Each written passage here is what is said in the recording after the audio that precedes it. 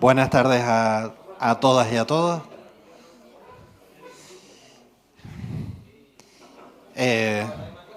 Soy Cayetano Silva, soy el director insular de Agricultura y Desarrollo Rural, y darles la bienvenida a esta sexta actividad, si no me equivoco, faltaría una, de formación del área de valorización. Dice que el lema turístico Tenerife es Tenerife despierta emociones. Con el vino, ustedes saben bien que se pueden despertar sensaciones y emociones, pero hay que saber trabajar el vino para llegar a despertar eso. Yo creo que tenemos a uno, perdón si doy la espalda, no sé dónde tengo a Antonio. Ah, vale. Tenemos a uno de esos magos que nos puede llevar a despertar emociones, ¿no? Y por eso el equipo técnico ha elegido a Antonio Palacios, que yo creo que es uno de esos magos que es capaz de hacernos con un poquito de líquido despertar emociones en mucha gente. ¿Quiénes? Yo creo que todos ustedes lo conocen muchísimo. Pues aparte de ser enólogo y aparte de ser profesor de la Universidad de La Rioja, dar clase en 2 máster diferentes relacionados con el sector, ser el director de uno de los laboratorios más prestigiosos de la península, porque el de Canarias es el nuestro, ustedes lo saben, ¿no? Se lo tienen claro, vale. Bueno, de Tenerife más todavía. Pues yo creo que les dejo en manos de... Ah, no, espera, porque María me dijo que dijera algo y después no lo digo y se enfada conmigo. Cuando acabemos, fuera hay un vino para ya quitarnos todo lo que tengamos tal y quedarnos con un buen sabor. ¿Vale? Les dejo intentando despertar emociones con Antonio Palacios. ¿Vale? Gracias.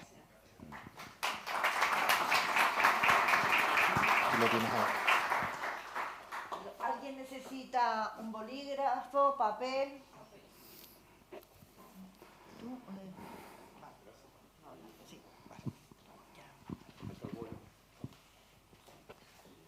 Cuidado con lo que pueda pasar esta noche aquí, ¿eh? Bien, pues muchísimas gracias por la presentación. Quiero agradecer al Cabildo, por supuesto, que nos cobije en la tarde de hoy para compartir este taller de cata. María, muchísimas gracias por la organización. Pepe, muchas gracias por nominarme. Y estamos aquí todos en familia pues, para intentar buscar emociones entre los defectos. Vamos a ver si lo conseguimos, que no es una tarea, desde luego, fácil, sino bastante ardua. Y bueno, pues sí, lo cierto es que vamos a hablar de dos, posiblemente, de los defectos organolépticos más importantes y más recurrentes en vinos, y yo diría que de calidad, porque defectos nos podemos encontrar en todos, pero estos dos defectos o alteraciones, tanto la reducción como Brettanomyces, las vamos a encontrar en vinos de alto valor añadido.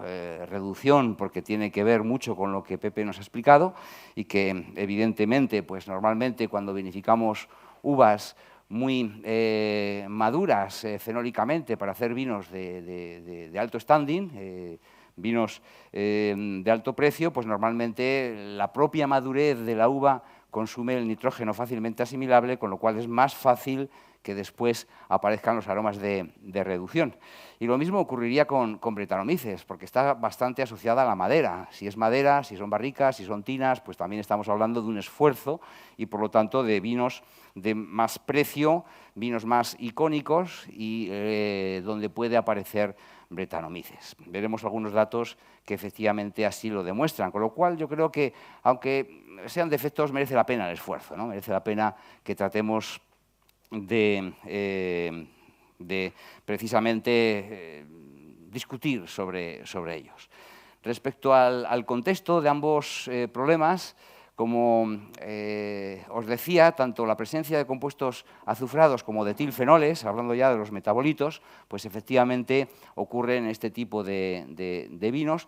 Y también podemos ver a nivel estadístico, si nos fijamos, y esto creo que tiene bastante interés, datos que publica el International Wine Challenge, que es el concurso más grande que existe en el mundo, que se celebra en Londres, donde se presentan unos 14.000 vinos diferentes.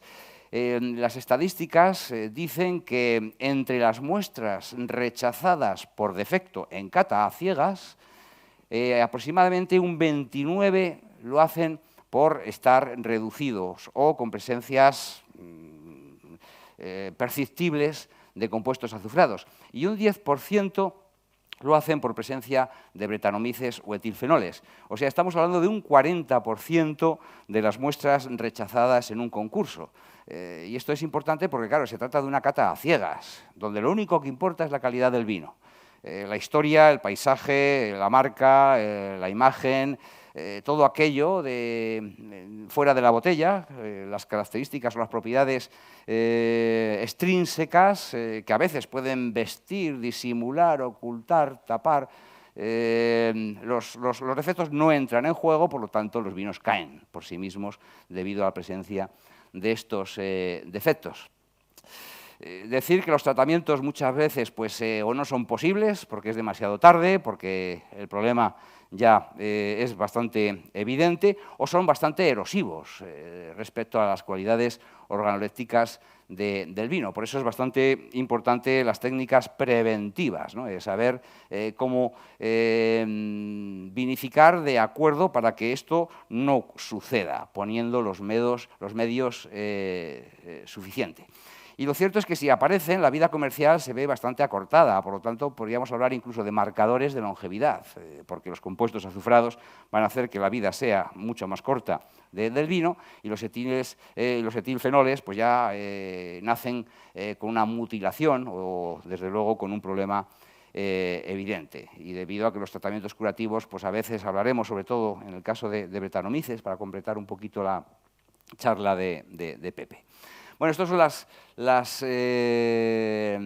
frecuencias del problema que yo decía del Wine International Challenge. Son datos publicados por Sam Harrop, que es el que se encarga de contabilizar los vinos rechazados por los comités de cata. Y ya podéis ver cómo dentro de los defectos, el potencial R2, tanto la oxidación en rojo como la reducción en verde, es el 50% en su totalidad de los problemas que hay en un vino. Y por otra parte, bretanomices pues, también tiene ese 10% de frecuencia que le hace protagonista de muchos de los fracasos cuando los vinos se tienen que defender por sí mismos, sin muletillas alrededor. Bien, pues vamos a empezar por el primero. Voy a ir un poquito rápido porque no me quiero repetir. Habrá datos que también Pepe ha compartido con nosotros. Por lo tanto, pues bueno, simplemente enmarcarlo en el concepto del potencial R2 de un vino. Las moléculas que lo forman pues, son bastante conocidas, sobre todo el agua, el etanol, el glicerol, de origen fermentativo, los aromas, los lípidos, los ácidos grasos, en fin, que el potencial R2 es una oportunidad de expresión de los vinos y cuando está reducido podemos hablar de una mineralidad o quizás de un factor elegante, pero esa reducción, si hay compuestos azufrados, es cuando caemos en el defecto. Y luego, si dentro de los compuestos fenólicos además podemos tener etilfenoles, pues es en donde el vino también cae por la presencia de estos compuestos en un defecto, además bastante fácil de definir. Es curioso, con los etilfenoles ya veremos que todos nos ponemos fácilmente de acuerdo, con la reducción no. Hay cierta discordia a la hora de encontrar el defecto o incluso a veces ensalzarlo como si fuera una propiedad positiva o un valor en el vino.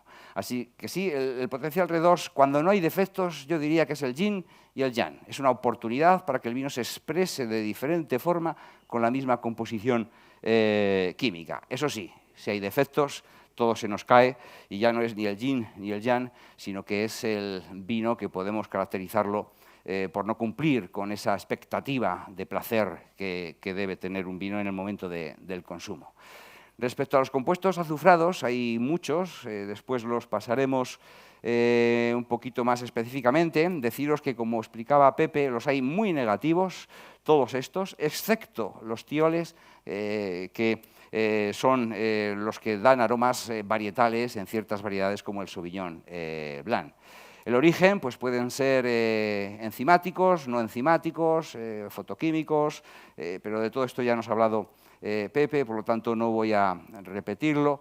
Recordar que la levadura fermentativa pues asimila nitrógeno orgánico, que cuando este se termina, lo mismo ocurre con los aminoácidos, y cuando ambos son asimilados es cuando la levadura produce sulfídrico y además si tenemos azufre que venga de la viña, pues esto se amplifica, ¿no? Es como si la levadura se vicia en sí misma y aparte de empezar ya a liberar sulfídrico, pues si hay azufre externo, pues lo hace de mayor medida.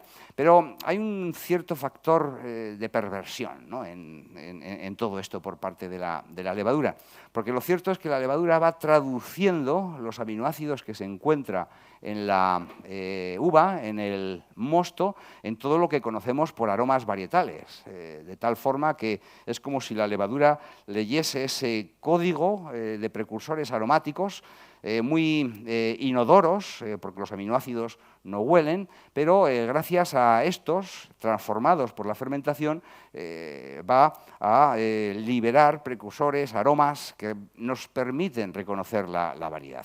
Y esto es muy bonito, y esto lo hace la levadura, no lo hace ni el viticultor ni el enólogo, sino la propia levadura que, metabolizando los compuestos nitrogenados orgánicos, hace que el vino se exprese de una forma varietal. Eso sí, esto tiene un límite, y el límite es cuando se encuentra con lo que menos le gusta comer. Es curioso, muy generosa la levadura, porque cuando da en hueso, entonces metabolizando la cisteína y la metionina es cuando se produce el sulfídrico, borrando, nebulizando todos los aromas, porque estos compuestos no permiten conectar con la variedad debido a que son muy potentes olfativamente, y eso lo veremos también muy fácilmente en un pequeño esquema. Bueno, ¿cómo ocurre? Pues el sulfídrico lo veremos. De todas maneras, yo creo que vamos a ir sirviendo, si os parece, la primera serie, y de esta forma pues iremos avanzando para luego poder catarlo. Si me ponéis aquí también, ¿vale? Entonces, bueno, vamos a ver la historia que yo os voy a contar, la vamos a percibir en las copas. Va a ser una cata olfativa porque se trata de efectos, y al ser de efectos, pues bueno, vamos a saturarnos bastante fácilmente. Entonces, para impedir ese fenómeno de acomodación sensorial, en lugar de tragar el vino, si hay alguno que merezca la pena, yo os lo digo y lo haremos, ¿vale? Pero si no, mientras tanto, hacemos una cata olfativa. Bueno, ¿qué película vamos a ver esta tarde? La siguiente. Vamos a imaginar esa levadura fermentando, lo hace bien, tiene nitrógeno suficiente, y entonces nos encontraremos con el vino testigo. Bueno, el vino testigo luego os explicamos de qué se trata, y nos va a servir para comparar el resto de vinos con problemas que nosotros hemos inducido, inoculando el mismo compuesto químico que produce la levadura en cada una de las copas. Bueno, esta película que estábamos viendo, típica de sesión de tarde, cuando nos echamos la siesta, pues de repente empieza a salir personajes malos, como en todas las series, y en este caso pues va a ser imaginando que una levadura no tiene nitrógeno suficiente y produce sulfídrico, ¿vale? El sulfídrico tiene un aroma bastante fácil de percibir, lo vamos a sentir también de esta manera. Entonces, el sulfídrico como Pepe decía, tiene una fácil solución porque con trasiegos, aireación, contacto con el aire, con el propio oxígeno va a reaccionar y se escapa a la atmósfera y hemos solucionado el problema. Pero claro, hay dos actitudes y además muy bien definidas. Como cualquier cosa en la vida, y sobre todo en nuestros días, hay una bipolarización tremenda, ¿verdad? Bueno, pues también sucede lo mismo en la actitud enológica. Digamos que a día de hoy pues, hay enólogos que piensan en las moléculas, que piensan en la tecnología, que escucharon a Michel Feuillade cuando decía que las levaduras, cuando pasan hambre, forman sulfídrico y estas moléculas se van a ir combinando, por ejemplo, como veremos posteriormente, con el etanol y entonces se forman los mercaptanos, de los mercaptanos por oxidación se pasan a los sulfuros.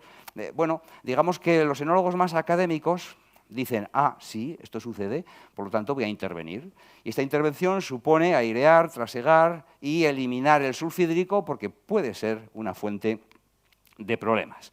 Bueno, por supuesto, la otra aptitud es decir, bien, sí, la tecnología, la ciencia está ahí, pero a mí me gusta hacer el vino de otra forma, mediante la no intervención, mediante las fuerzas naturales, que son las que conducen la evolución del vino y que eso es lo que a mí me gusta.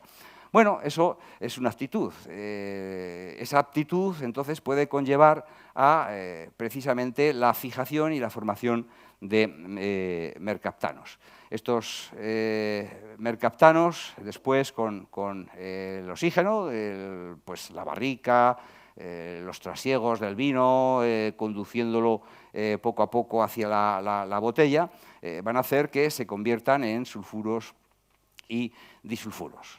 Dos actitudes, las dos muy loables, pero que conducen quizás a situaciones diferentes.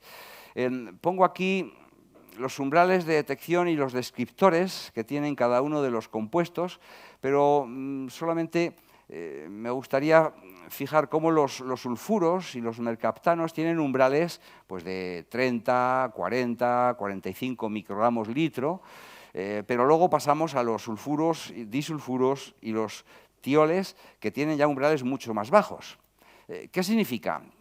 Que la película de Sesión de tarde cada vez se va a emborronar más, ¿no? Cada vez vamos a tener más actores secundarios, cada vez vamos a tener más Ángelas Channing para centrarnos en un tema enológico. ¿Por qué? Porque bajan los umbrales, las moléculas se van transformando y unas que eran menos odoríferas pues se van a transformar en moléculas cada vez más sencillas y fáciles de oler o de sentir.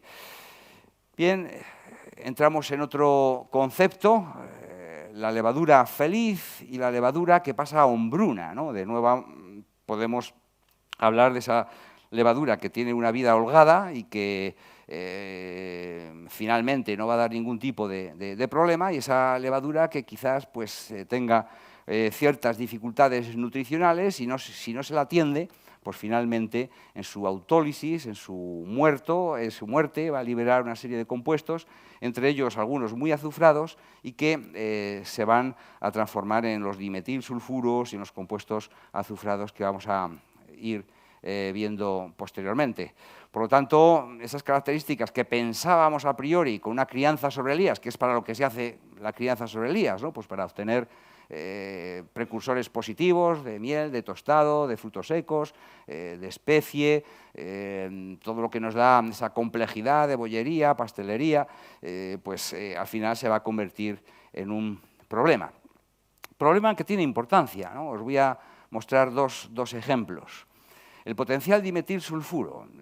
Bueno, hace años los americanos, para los vinos de importación, pedían en origen, antes del embotellado, la concentración de dimetilsulfuro. ¿Por qué? Porque ellos, encima, y esto es una cultura que se generalizó, no era ni un importador, ni dos, ni tres, sino que muchos importadores empezaron a pedir en Europa el potencial dimetilsulfuro por debajo de 20 microgramos litro. ¿Por qué? Por lo que hemos explicado antes. Porque el dimetilsulfuro, que tiene un umbral relativamente cómodo, pues cuando se mete en botella y esa etapa reductiva del vino, cuando baja el potencial R2, pues esta reacción que es reversible se vuelve hacia el metanotiol, que tiene más de 20 veces el umbral por debajo del dimetilsulfuro. Por lo tanto, el vino que huele bien antes de embotellarlo, al cabo de 3-4 meses, que es el tiempo para que esta reacción ocurra, resulta que huele a metanotiol, que es rechazable desde el punto de vista sensorial y que eso también lo vamos a ver en esta película Sesión de tarde.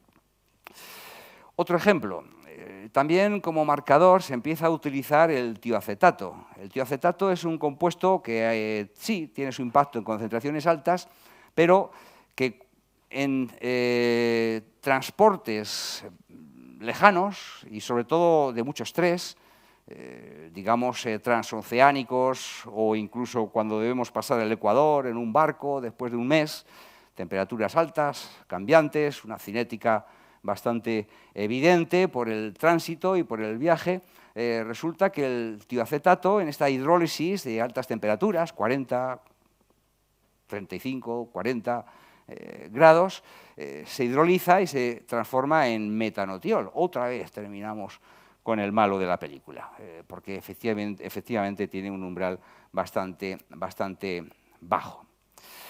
Bueno, ¿cuál es el principal problema de todo esto? Primero, que a lo mejor no vemos el problema, vamos a ver la película después. Seguimos para servir los 5 vinos, esta es la introducción, y ahora iremos viendo poco a poco después los vinos y los cataremos todos juntos, no os preocupéis, no tengáis prisa por ir conociendo a los protagonistas, que los veremos luego al final de la explicación de la reducción. Bueno, ¿cuál es el problema? Pues que casi siempre cuando nos encontramos con una reducción o con un problema del tipo Brettanomyces, pensamos en el refresco, ¿verdad? Bueno, esto con un refresquito de un vino joven, del año último de vendimia, esto lo soluciono yo con la gorra. Bueno, aquí representamos un típico vino que tiene acetato de isomilo, que huele a plátano, por lo tanto a fruta, ¿verdad? Bueno, lo que huele en un vino normalmente lo medimos en unidades olfativas. Este es un concepto donde dividimos la concentración real del compuesto en cuestión por su umbral. El acetato de isomilo pues, necesita aproximadamente unos 100 miligramos litro. En este supuesto vino, que es bastante normal y corriente, podemos encontrarlo en 140 miligramos litro. Dividimos, por lo tanto, este compuesto da 1,4 unidades olfativas.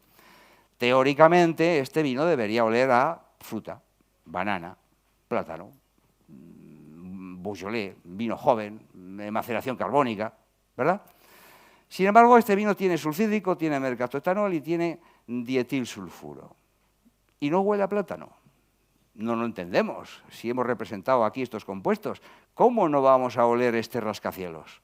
Pues no huele y lo vamos a hacer de la siguiente forma. Vamos a hacer un zoom, quitamos este compuesto, aquí miligramos litro, ahora ya microgramos litro y representamos el sulfídrico, el mercaptoetanol y el dietilsulfuro. El sulfídrico, en este caso, tiene 2 umbrales, por lo tanto ya empieza a gobernar sobre el acetato de isomilo. Pero es que ni siquiera huele a sulfídrico, huele a mercaptanos y sulfuros. ¿Por qué? Necesitamos hacer otro zoom para entenderlo bien. Quitamos el sulfídrico y ya nos vamos a lo que realmente gobierna el aroma del vino. ¿Y por qué? Porque tiene 5 unidades olfativas cada uno de ellos, el mercaptoetanol y el dietilsulfuro. Una concentración dividida por su umbral que da 5 unidades olfativas, por lo tanto la potencia, a pesar de lo minúscula de su concentración, es lo que hace que el vino huela.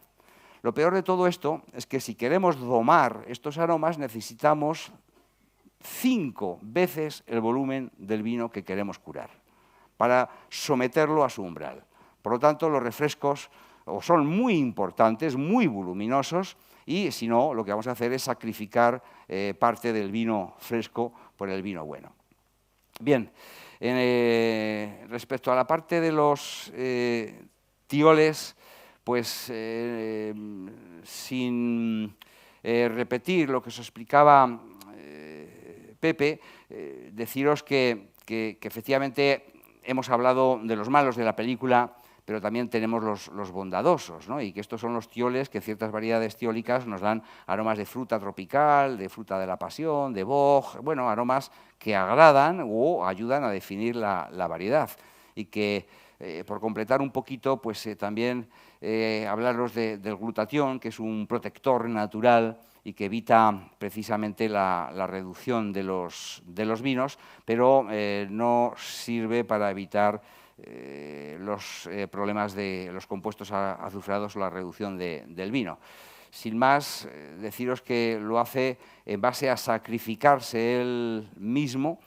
Seguimos entonces con toda la secuencia, ¿verdad?, de los cinco vinos para poder hacer la cata completa, mientras explicamos cómo el glutatión evita precisamente la oxidación de estos compuestos y, por lo tanto, pues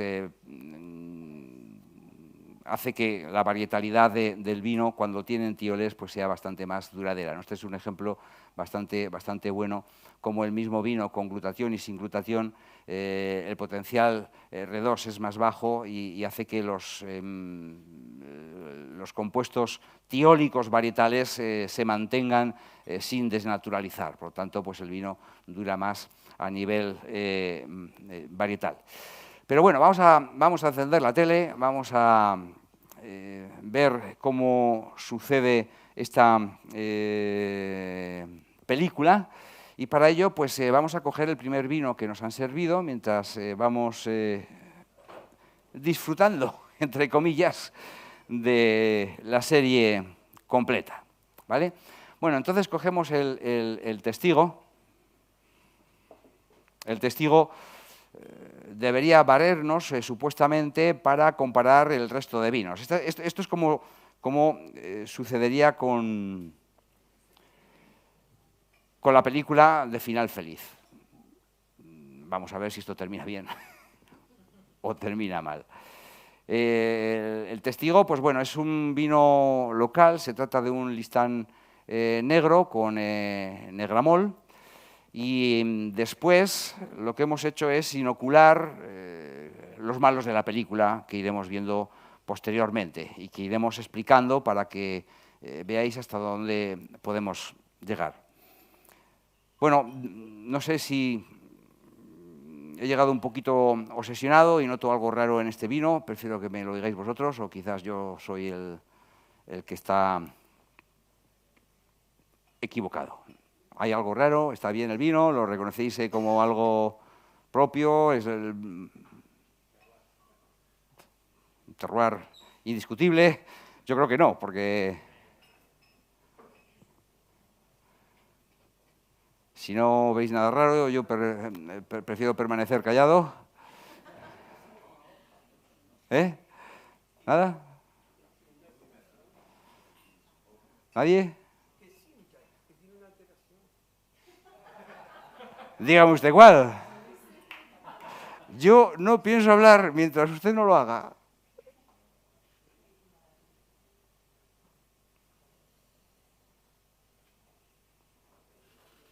¿Por allí también asentían? ¿Está bien? ¿Va bien?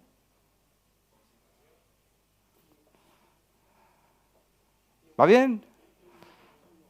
Soy yo.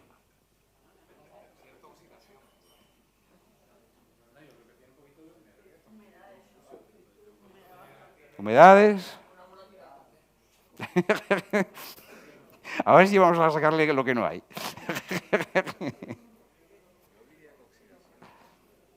Bueno, vamos a dejarlo ahí. Bien. Bien, pues usted sabe mucho, ¿eh?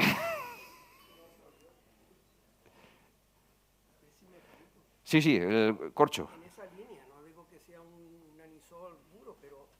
No, pero usted, desde el principio usted estaba convencido que aquí había algo, ¿verdad? Sí, seguro. Perfecto. Bueno, bien. No.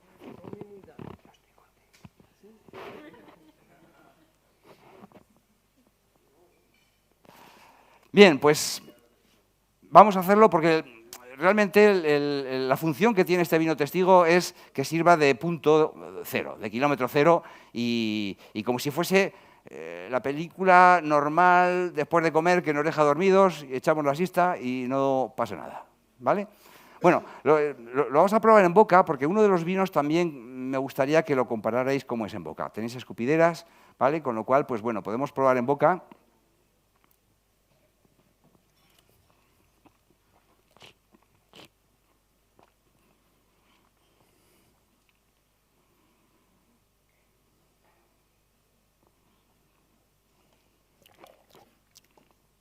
Un vino bastante ligerito, es un vino joven, claro, entonces tiene ese trago sobre todo fresco, donde la acidez marca su evolución y los taninos pues son escasitos porque tiene que ser así, es un estilo de vino jovencito y que nos va a servir para comparar sobre todo táctilmente qué es lo que ocurre con ciertos compuestos azufrados. ¿Vale? Bueno, pues vamos a avanzar y vamos a por la segunda copa.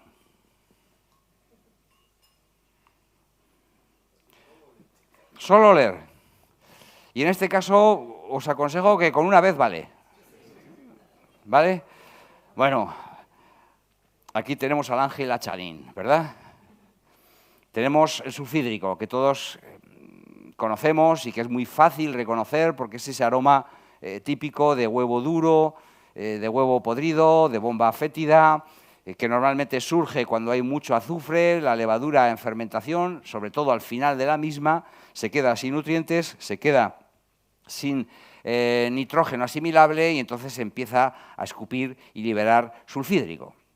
Entonces, bueno, aquí es donde ahora tenemos que tomar una decisión. La decisión es airear, trasegar, quitar las lías, posiblemente, porque son levaduras enfermas, como hemos visto antes, o, bueno, tomar la decisión de decir, bueno, vamos a ver qué ocurre con ese sulfídrico, porque hay gente que me dice que el sulfídrico es muy reductor y, por lo tanto, evita la oxidación. Bien. Vamos a ver qué ocurre entonces con la siguiente copa. Aquí veis en la pantalla lo que hemos añadido. Son 0,15 miligramos litro de sulfídrico. ¿Vale? Bien, entonces ahora podría pasar esa situación donde dejo el sulfídrico y se combina con el etanol y forma los mercaptanos. Más o menos esto puede tardar entre 3-4 semanas, un mes aproximadamente. En un mes tendríamos entonces la copa número 2. Avanzamos en fotogramas, avanzamos en la película y aparece un segundo protagonista. Vamos a por la copa número 2. Perdón, la número 3. Bueno, pues es verdad, ¿no? Ha desaparecido el sulfídrico. No está. Es más, quizás haya perdido esos aromas un poquito de oxidación, de evolución que tenía como de compota, de fruta madura que tenía el testigo, y entonces pasa a ser menos expresivo, un poquito más rocoso, ¿no? Como más mineral, quizás. Sí, ¿no? Quizás un poco de turba, aromas de piel de patata. Aquí está quizás la trampa, ¿no? Porque el sulfídrico se esconde, se disfraza, toma esos aires de mineralidad. Podríamos poner la etiqueta vino volcánico, ¿por qué no? Turba, materia orgánica, como tierra de jardín, pero es una pequeña trampa. ¿Por qué? Porque estos mercaptanos, después, vamos a decir 2 meses, 3 meses, trasiegos, aireación, microoxigenación, barrica, ese oxígeno va a transformar los mercaptanos en sulfuros, ¿vale? Dejamos entonces a nuestro querido Mercaptano y vamos a por otro protagonista que aparece en la película, que son los sulfuros. Ya hemos pasado del mes terminada la vendimia a 3, 4 meses de crianza, por ejemplo, en barrica. Vamos a coger la copa, entonces, número 4. Y evidentemente nos olvidamos del volcán. El volcán ha desaparecido y como mucho aparecen las huertas, ¿no? Porque tenemos un aroma muy verde, vegetal. Huele a coliflor. Huele a celga, coliflor cocida, judías verdes, vainas, gas.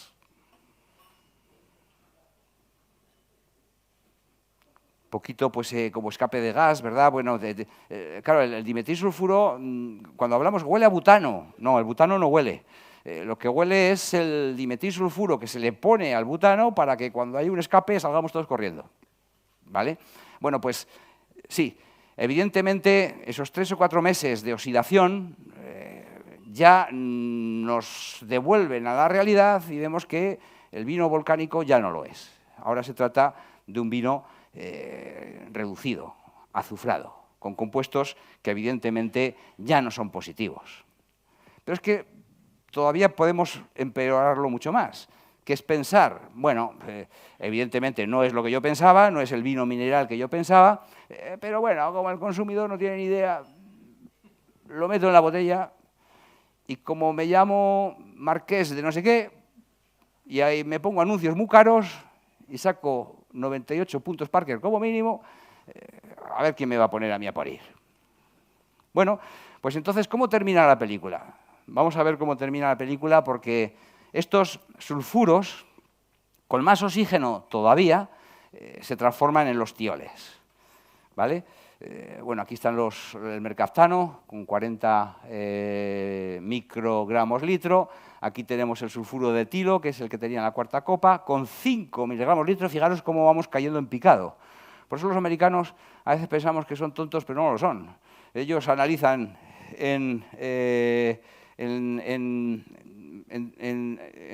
donde compran el vino los precursores porque saben que el tobogán va a ir hacia abajo y que la cosa va a ir empeorando.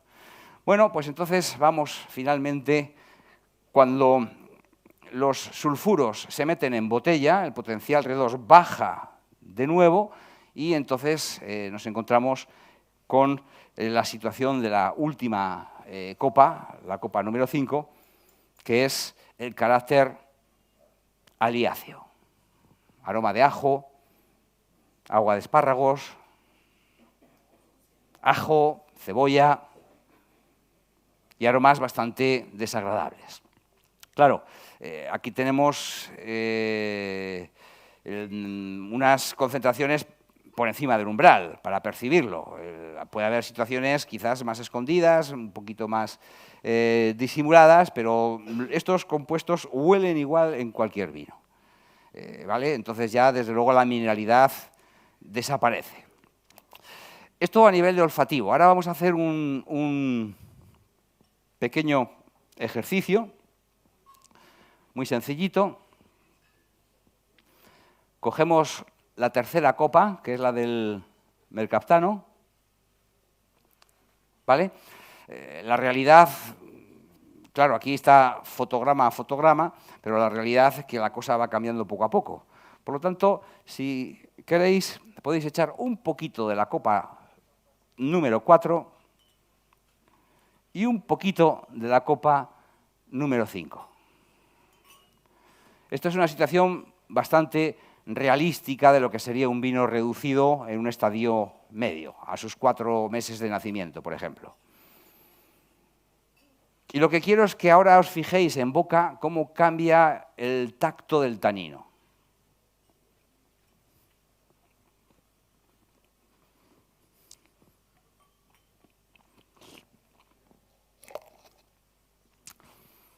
¿Os acordáis de la frescura, de la acidez que marcaba la evolución en boca del testigo. El carácter de un tanino escasito pero agradable, ahora es un tanino torpe, amargo, verde y sobre todo un tanino que abandona el vino. El vino desaparece y él se queda ahí. Se acomoda en la lengua y se queda el tanino dejándonos una sensación desagradable que pide agua. Cuando un vino pide agua, mal, mal. No está cumpliendo con su obligación. Y evidentemente ese tanino que abandona, ese tanino comodón que se queda en la lengua y que abandona el vino, pues no es lo deseable. Por lo tanto, pues baja completamente de la gama para la cual fue elaborado. Bueno, esta es la película Sesión de tarde. ¿Qué os ha parecido? La reducción, evidentemente, sobre todo en su fase de mercaptano, esa pseudomineralidad es donde crea controversia, donde los que no les gusta intervenir se acomodan diciendo, ¿ves cómo el sulfídrico no era malo? Sí, pero es una fase efímera, que termina acortando la vida de un vino y como hemos visto, estos vinos mueren a los 4 o 5 meses y sobre todo ya en botella, ¿no? Que es la fase más perniciosa. Sí.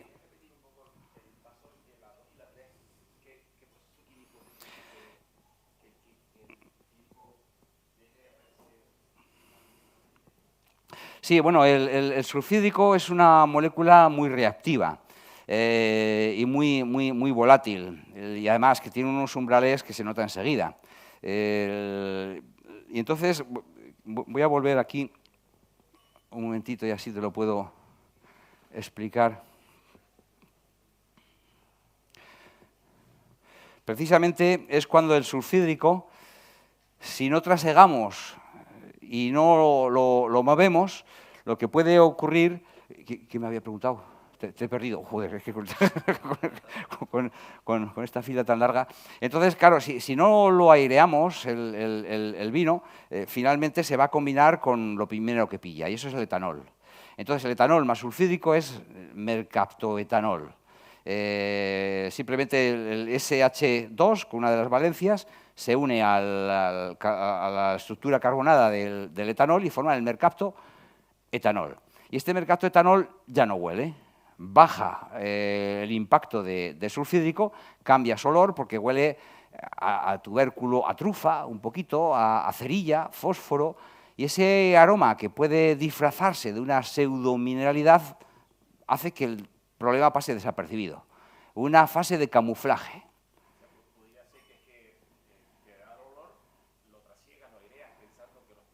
No, al revés. Si lo trasiegas, si lo aireas, es cuando lo solucionas. Exacto. El problema es que no lo airees porque... Claro. Que se vaya solo. Sí. Que sin haberlo aireado se haya ido... Sí, señor, lo has captado. Exacto, eso es. Efectivamente. Por eso yo digo que este defecto es un poco camaleónico, ¿no? Porque de repente se disfraza, entra en el paisaje y, sin embargo, vuelve a dar la cara. Que lo percibas, airealo porque el problema ya está. Eso es. No esperes a que se vaya solo porque no se va a ir. Y si detecta bien y se está yendo, airealo de otra forma porque no sigue estando. Sí, exactamente. Y como decía Pepe, este problema, si quiere reaccionar tarde, al revés. Cuando ya está en su fase de sulfuro, el sulfuro, si tú aireas, pues voy a airear ahora ya sí que me han convencido.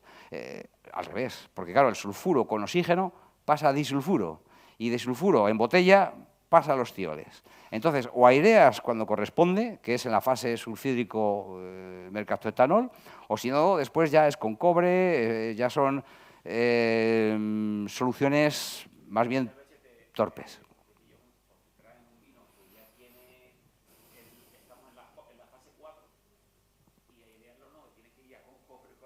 Claro, eso es.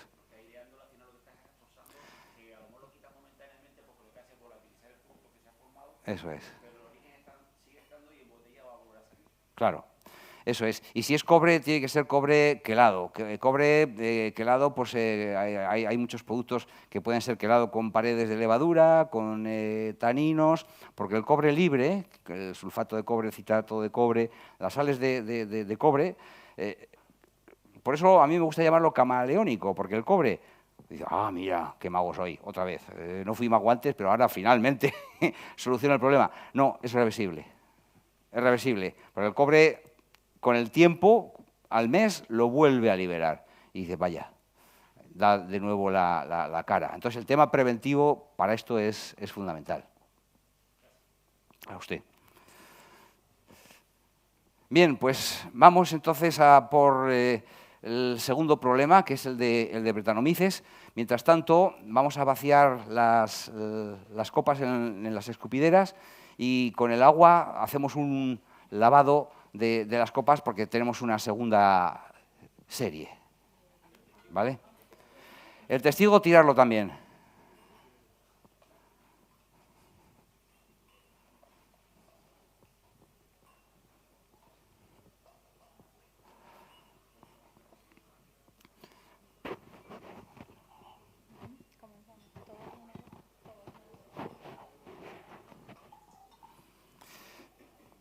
Bien, mientras hacemos esta tarea, voy a hacer yo también los míos.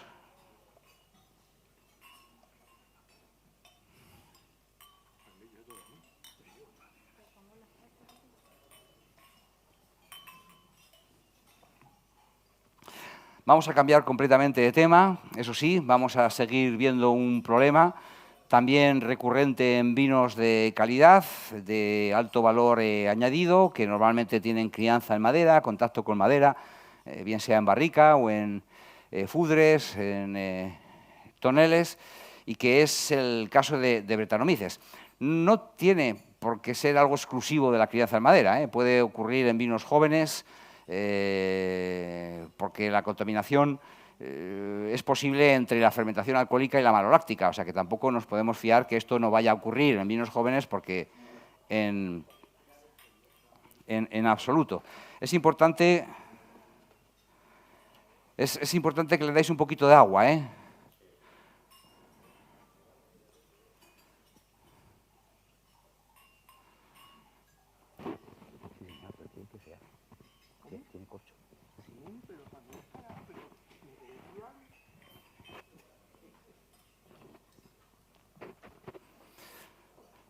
Bueno, para este segundo problema vamos a utilizar también un vino testigo.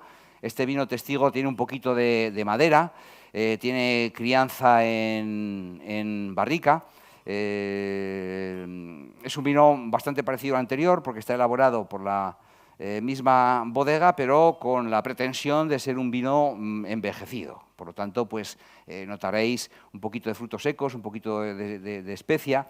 No es lo típico de barrica nueva, porque no lo es, pero bueno, sí que tiene unos matices de un vino un poquito más maduro. Lo probamos, con ello hacemos el kilómetro cero, para luego comparar los vinos inoculados. Mientras nos sirven los vinos,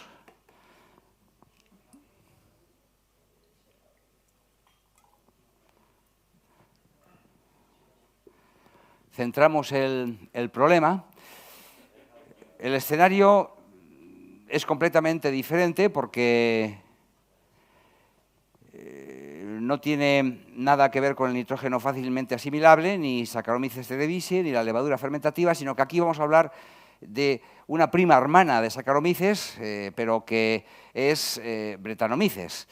Otra vez la mala de la película, pero pobrecita mía, no es porque ella tenga una vocación inequívoca de torpedear el trabajo del enólogo, simplemente es porque estas levaduras nos la ofrece la naturaleza y cuando en bodega tenemos todo tipo de levaduras, pues ella toma su oportunidad, si es que puede, y la dejamos, y produce la contaminación y la alteración del vino con ese carácter Brettanomyces, con ese carácter fenolado, que es como se conoce a nivel popular.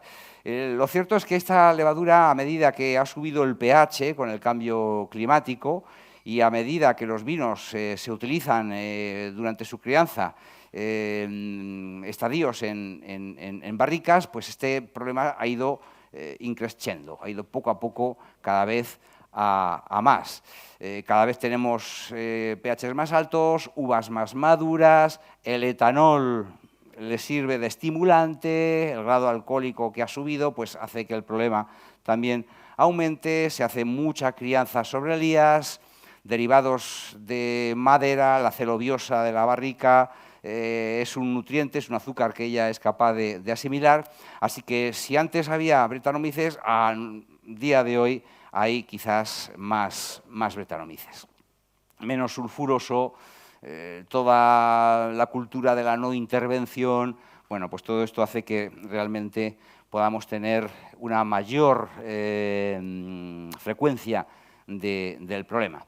Pero oye, es curioso, ¿no? Me encontré hace poco con un artículo americano que habla de cervecería y entonces hablan de todo lo contrario, que en la cervecería cada vez se encuentra menos Brettanomyces y también esto crea un conflicto, porque resulta que hay una cerveza especial que ellos dicen que el tipo Lambic, que es una cerveza pues que le gusta abrazar, como dice aquí en el título, ese carácter funky. Funky. La cultura funky, ¿no? La música negra en suburbios, en sótanos, ese aroma humano, ¿no? Ese carácter funky. Pues de ahí viene, ¿no? El carácter funky. Hay una cultura que efectivamente le gusta esta cerveza y hay productores también aquí locales que buscan, ¿no? El carácter Brettanomyces. Por lo tanto, pues, bueno, unos huyendo de ello y otros pues abrazando el carácter Brettanomyces. Pero esto es en cerveza, no es el caso de los vinos. Bueno, esta secuencia me gusta explicarla porque es lo que suele ocurrir. El carácter Brettanomyces es algo con lo cual termina, pero sin embargo no es la única etapa.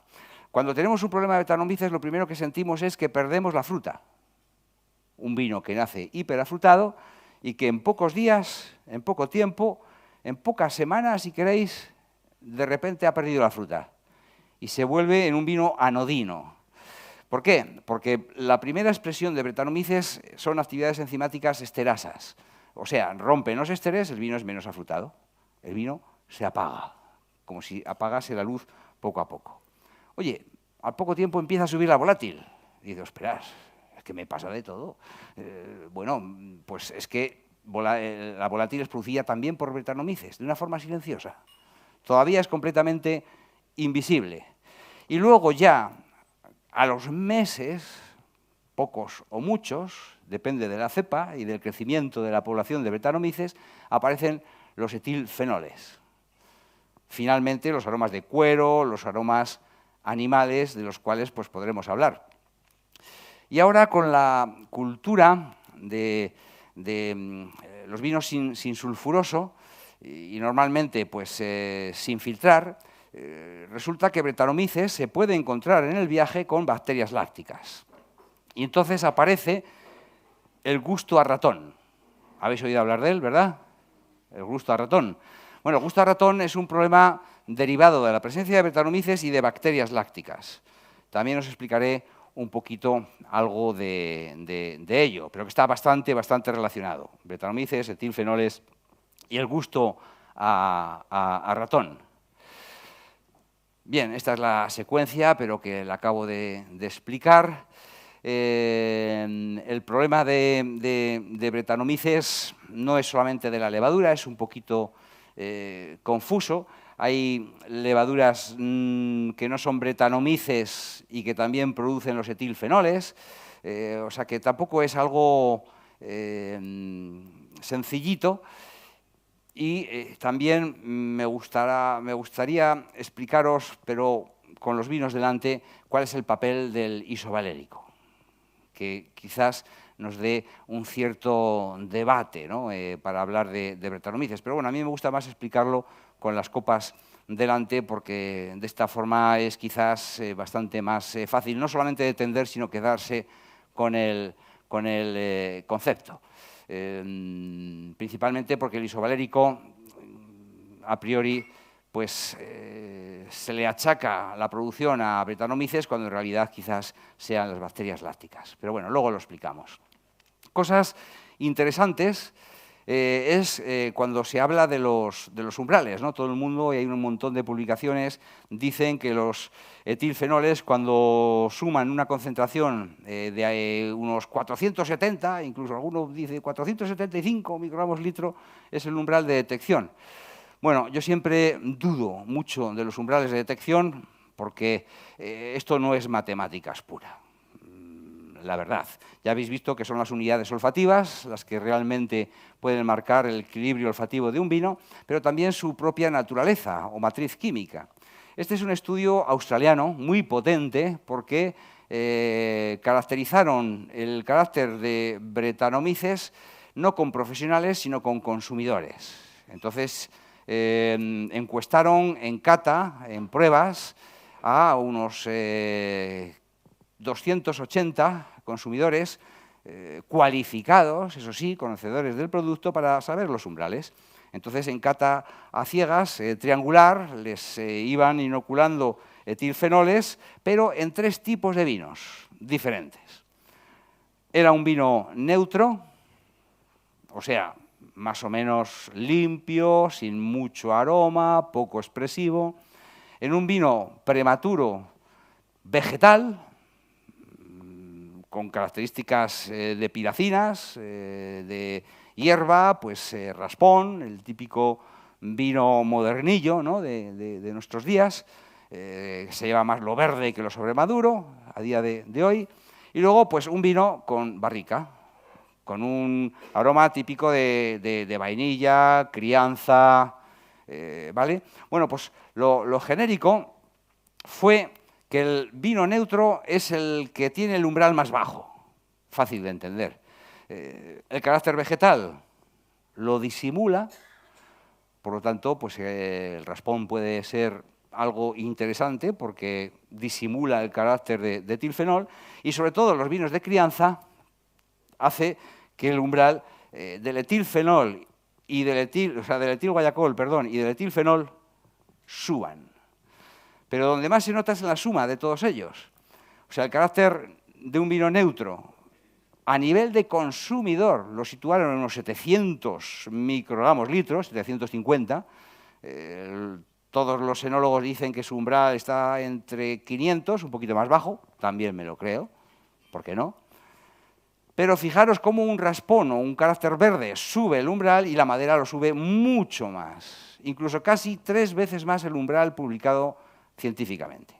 Así que, efectivamente, el umbral es movible desde el punto de vista de la matriz del vino. Otra cosa curiosa, no todas las variedades se expresan de la misma forma.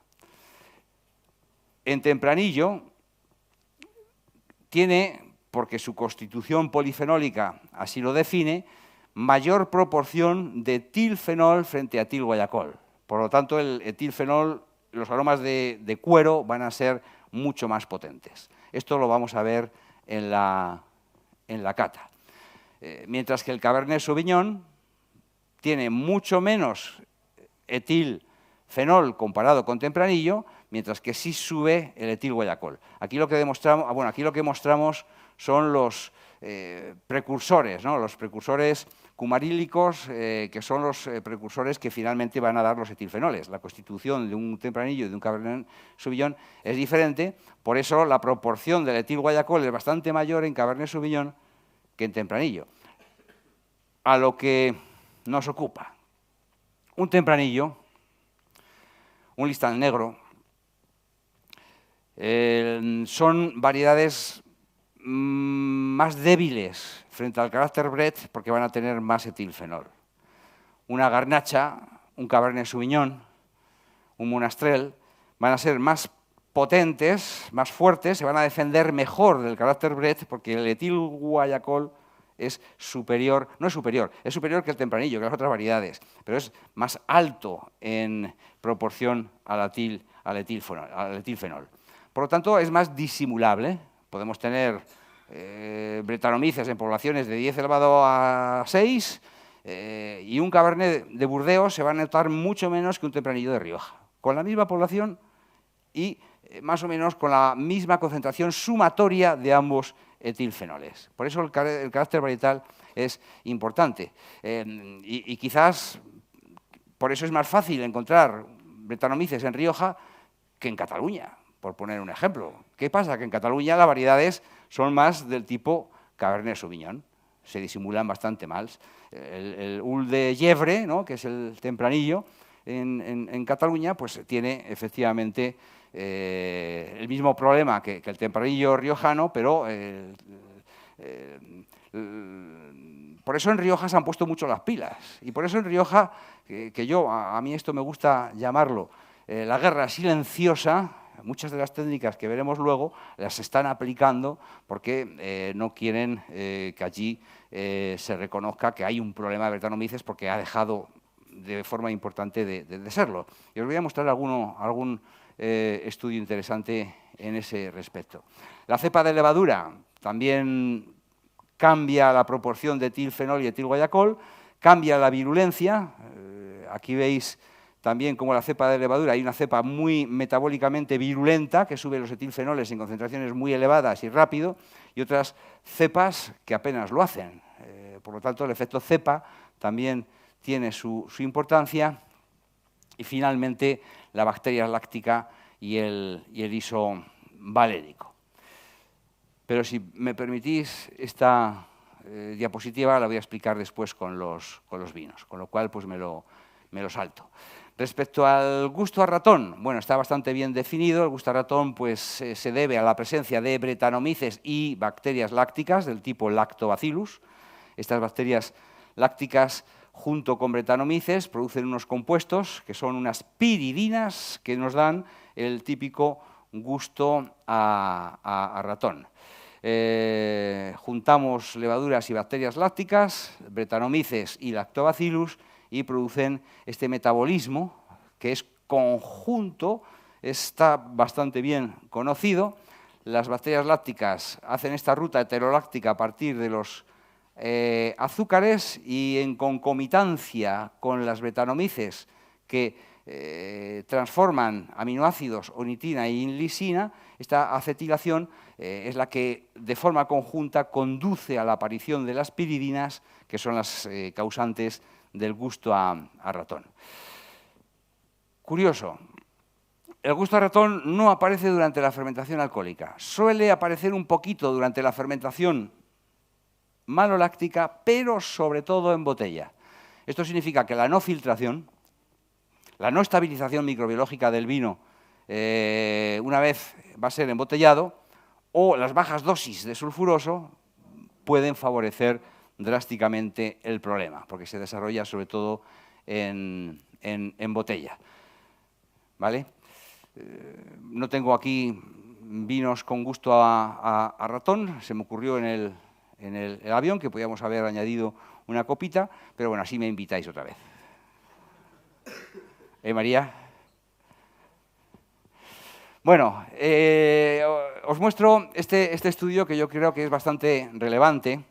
Está hecho con vinos de Rioja, es bastante significativo. Esto se hizo en el 2014, ¿vale? Es un estudio donde compramos 15 vinos de la categoría crianza, de diferentes precios, y entonces se los dimos a probar a 3 Master of Wine, para saber qué opinaban. Entonces representamos abajo las puntuaciones en cata, ¿no? Cuanto más le gustaban en cata ciegas, pues más se puntuaban los vinos. Y se nos ocurrió relacionarlo en esta representación con el precio de venta, al público, a ver qué pasaba, ¿vale? Entonces, bueno, los Master of Wine hicieron un buen trabajo porque sí, efectivamente, cuanto más puntuación tenían, parecía que el precio de venta era más elevado. La correlación no es muy alta, 0,6, no es un 0,9, pero bueno, es indicativo de que algo pasa. Cuanto más les gustaba a estos catadores expertos, sobre todo en vinos internacionales, había una correlación frente al precio de venta.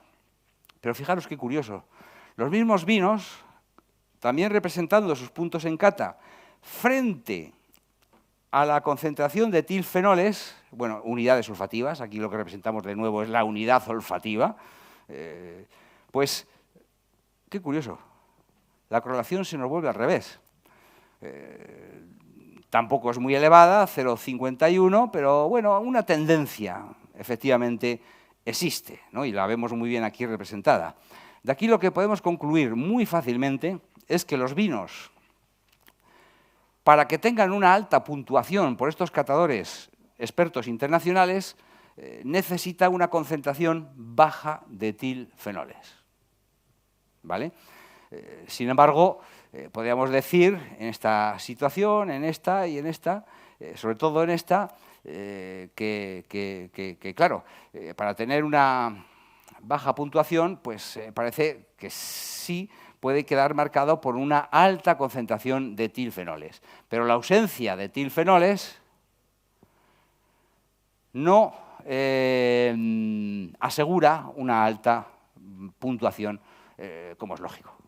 No, un vino, si no tiene etilfenoles, necesita otros valores, ¿no? Necesita que el vino pues, esté realmente bien. O sea, que una baja concentración de etilfenoles no asegura una buena puntuación en el caso de catadores internacionales. Aquí representamos el umbral de detección y vemos que efectivamente todos los que obtienen alta puntuación tienen bajas concentraciones de etilfenoles. Eso sí que parece bastante claro. Y si le ponemos los precios, pues fijaros qué curioso. Todos los vinos más caros, todas las crianzas de un precio alto, ya sabéis que Rioja tiene una disciplina bastante severa, ¿no? Es muy difícil estirar de la goma. Pero bueno, sí vemos que todos los... Bueno, aquí son crianzas muy importantes, ¿eh? O sea, digamos que son una representación de un volumen de vino muy importante en la categoría crianza. Bueno, pues parece que sí, que efectivamente los vinos que mejor se venden tienen concentraciones bajas de etilfenoles y, por supuesto, pues podemos decir que lo que asegurábamos antes tenía una cierta razón. Bueno, esto nos gustó tanto que repetimos en el 2017 el mismo ejercicio, pero con más vinos todavía, 25 vinos de crianza, para ver qué pasaba, a ver si esto era así. En este caso utilizamos ya enólogos, no Master of Wine, sino enólogos, productores riojanos de vino, ¿vale? Bueno, pues vemos otra vez lo mismo. En puntuación hedónica por profesionales elaboradores de vino de Rioja, consideran que los mejores vinos son aquellos que tienen bajas concentraciones de etilfenoles, mientras que los vinos con altas concentraciones son los que peor se puntúan. Bien. Después hicimos un estudio estadístico poniendo los precios de los vinos y las puntuaciones. Entonces, bueno, esta es una representación de componentes principales que no merece la pena mucho entrar en detalle. Lo único que las variables, que son 3, precio, puntuación y unidades olfativas de etilfenoles, pues vemos que precio y puntuación se correlacionan muy bien. Vamos, es que van en la misma línea. Significa que estos catadores, elaboradores de vino, reconocen el valor en precio de los vinos en cata a ciegas. Sobresaliente para ellos. Pero luego la otra variable escapa del plano. Cuanto más etilfenoles, más lejos está del precio, más lejos está de la puntuación. Y todos los vinos los dividimos en 4 categorías de precio. Bueno, en las categorías super premium, los que más precio tienen dentro de estos 25 vinos, pues fijaros que son los que tienen un número 4 y que están precisamente viajando en esta dirección. O sea, viajan hacia el precio elevado, puntuación elevada. Perfecto. Los super premium huyen de esa situación de etilfenoles. Ahora tenemos los premium, que son vinos que se quedan en el centro de la gráfica, que son todos los que tienen un número 2, y que, bueno, pues se acercan, pero no llegan hacia la puntuación y hacia el precio elevado. Ahora tenemos los popular, que son los que tienen un precio por debajo del premium, y es bastante curioso, porque se alejan del precio, se alejan de la puntuación, pero pocos de ellos van hacia los etilfenoles. Es la gama media, ¿no? El corazón de gama, yo diría, de Rioja, donde esa guerra silenciosa ha hecho que haya poco etilfenol, pero por cualquier circunstancia, por marketing, porque, bueno, pues, porque no son capaces de tirar hacia precios elevados, no todo el mundo es galáctico, y luego pues tenemos los economy, los más baratos del todo, que tienen una dirección clarísima, etilfenol. Indudablemente, esto muestra cómo estadísticamente se puede demostrar que hay que huir inequívocamente del problema de etilfenol. Mismo ejercicio que antes. Vamos a imaginar que el mismo vino joven, que tiene aroma de plátano, con esas 1,4 unidades olfativas, tiene un poquito de carácter Brett.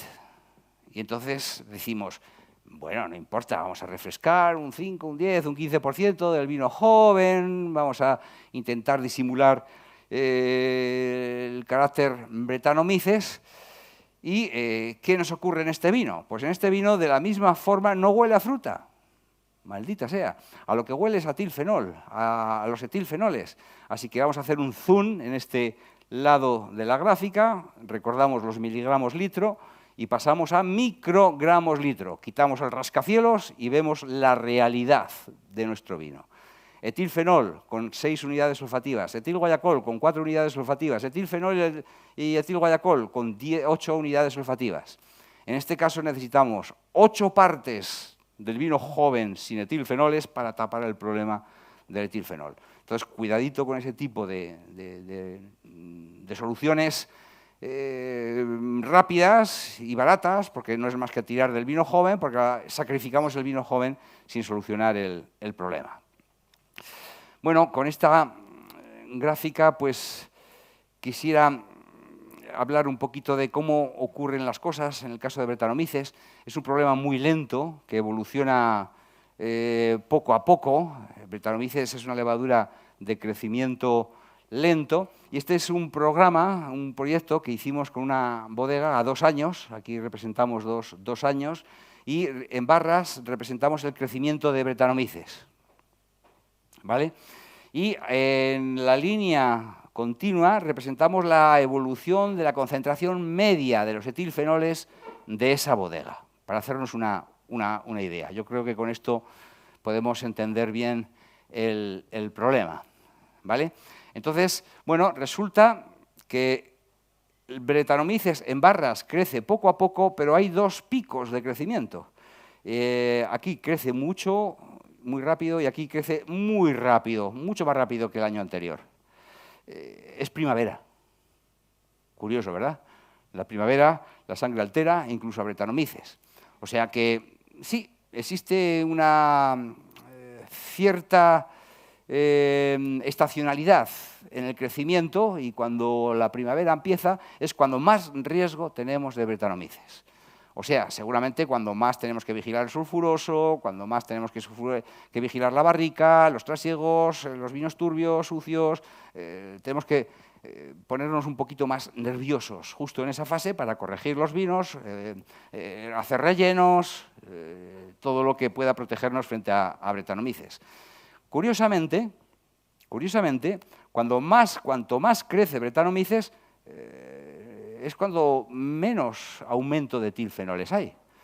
Esto rompe un poquito los esquemas, porque a nosotros hay clientes que me dicen, oye, Majo, me estás dando unos valores de células por análisis microbiológicos altísimos y resulta que los etilfenoles no crecen, algo estás haciendo mal.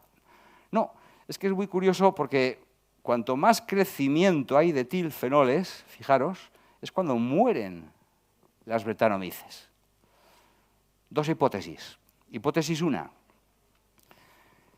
La expresión de etilfenoles es el cabreo supremo de Brettanomyces, por cualquier razón, porque se muere y dice, pues me muero con las botas puestas. Aquí queda eso. Firma el carácter fenolado en el vino, o porque la muerte de la Brettanomyces, por autólisis, libera la actividad enzimática y ésta actúa desde fuera. Bueno, pueden ser cualquiera de las dos. Pero es interesante el aspecto de que si tenemos que atacar Brettanomyces, tiene que ser por muerte súbita. O sea, un tratamiento de quitosano, Velcorin, flash detent, ya lo veremos luego. ¿Vale? Bueno, pues podemos imaginar estos 2 años,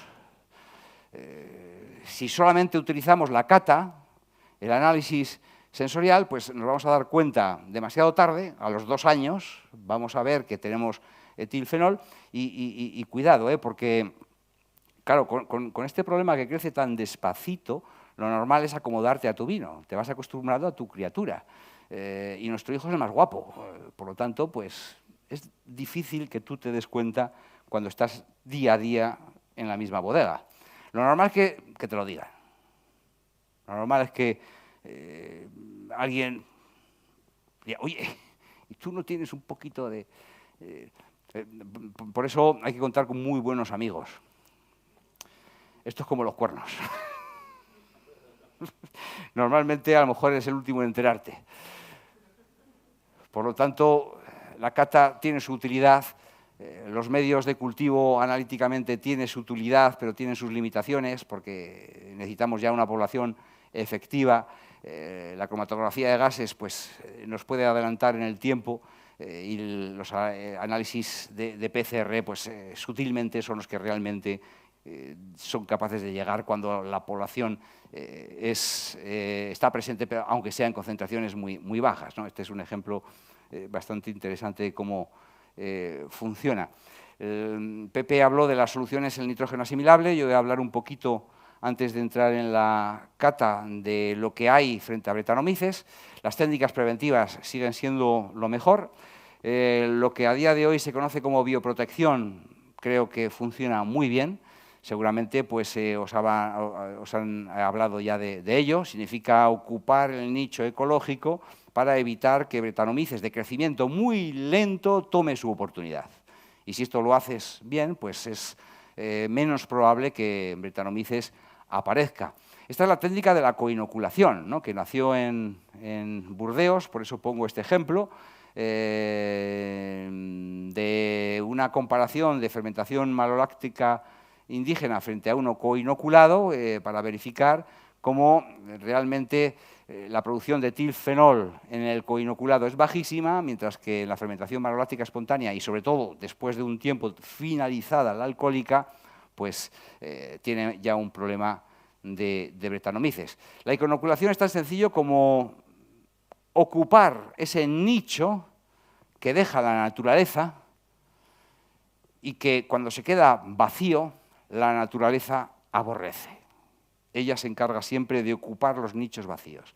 Si lo hacemos nosotros, la naturaleza tiene menos oportunidad para que Brettanomyces ocupe este vacío que puede quedar entre alcohólica y maloláctica y, por ejemplo, con la coinoculación es que ni siquiera aparece ese vacío. Por lo tanto, son vinos donde difícilmente puede nacer y, sobre todo, reproducirse Brettanomyces. Bueno, otras técnicas son los tratamientos físicos, como la filtración. En este caso, pues bueno, son 3 vendimias. Este es un estudio un poquito antiguo, pero bueno, que es bastante ilustrativo frente a lo que queremos decir. Esta es una bodega muy curiosa. Esta es una bodega que quiere filtrar lo mínimo posible. O sea, la mínima intervención, pero con el máximo conocimiento de lo que pueda ocurrir. Esto es un compromiso interesante, ¿no?, a tener en cuenta. Entonces, lo que ocurre es que en el año intermedio, en el 2004, los vinos no eran necesarios filtrarlo ni siquiera a 4 micras, sino que con una filtración de 10 micras era suficiente, con pruebas previas, ¿no? Tú tienes campanas de filtración chiquititas, pones las membranas, analizas los vinos y si con 10 micras es suficiente, pues te quedas en 10 micras. Los otros 2 años no, hubo que bajar a 4 micras para filtrar y estabilizar los vinos.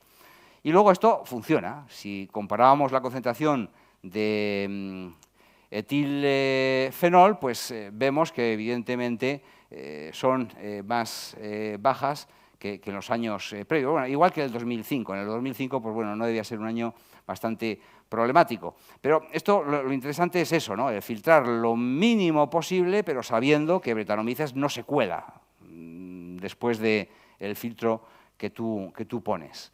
Por lo tanto, pues bueno, es una técnica física bastante bien conocida. Algo que está ya funcionando en pequeños volúmenes, entonces en pequeñas bodegas, son las presiones hidrostáticas. Trabajar con 500 megapascales permite, lo que pasa es que a día de hoy la maquinaria que existe no sirve para grandes volúmenes, pero bueno, para pequeñas bodegas es ya una realidad, y estas altas presiones lo que permiten es reducir muchísimo la dosis de sulfuroso. Este ejemplo me gusta, porque esa tendencia moderna, valiente, muy valiente, de vinificar sin sulfuroso,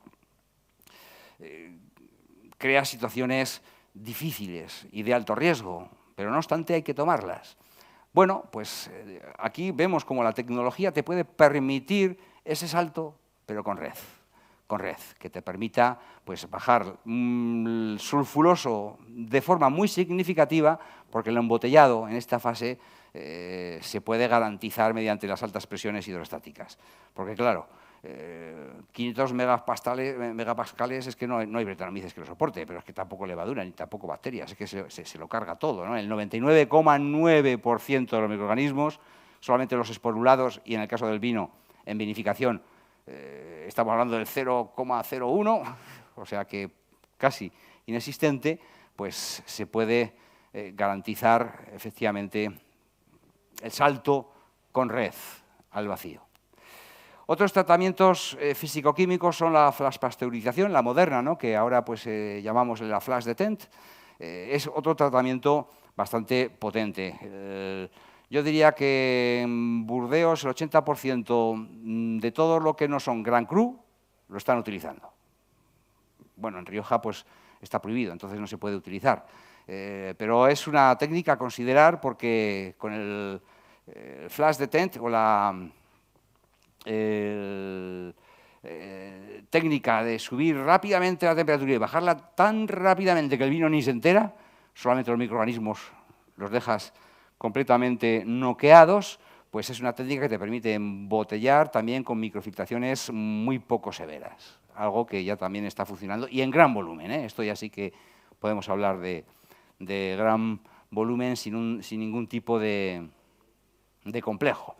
El quitosano es otro tratamiento que está funcionando bastante bien. El quitosano no es nuevo, ¿no? Parece que no lo hemos inventado. ¿Qué va? Se lleva utilizando en la farmacia, en la agricultura, en muchos cultivos frutales, para evitar enfermedades fúngicas, en la perfumería, en los envoltorios inteligentes, para mantener y conservar mucho mejor los alimentos y, por supuesto, en enología. Es un tratamiento de choque bastante interesante. Eso sí, si lo utilizáis, os aconsejaría hacerlo con una dosis, depende de lo que, si es puro, con 5 gramos hectolitro es suficiente, hacer el tratamiento, dejarlo 10 días y cuando esté sedimentado, trasegar y eliminar las lías. Es que hay mucha gente que no sé por qué lo deja como si aquello fuese ya una forma de protección del vino. No, si lo dejas, el quitosano puede volver a recontaminar el vino, porque actúa arrastrando las levaduras por contacto, las secuestra, pero esa levadura ligada al quitosano, si tiene una hija, la libera, ¿no? Y vuelve a recontaminar el vino. Bueno, hay formas también de disminuir el carácter fenolado. Lo clásico, pues hay, igual que cuando hablábamos de eliminar la riboflavina, ¿verdad? Pues hay productos enológicos que son capaces de reducir la concentración de etilfenoles, sobre todo a nivel del carbón activo, es lo que mejor funciona, pero las dosis tienen que ser tan altas que a veces dices, ¿y el vino? ¿En qué quedó? Bueno, tiene su coste, ¿no? Hay polímeros de celulosa que están sacando al mercado muy interesantes, porque se asocian de una forma estereoquímica casi a los etilfenoles, como si fuera su espejo.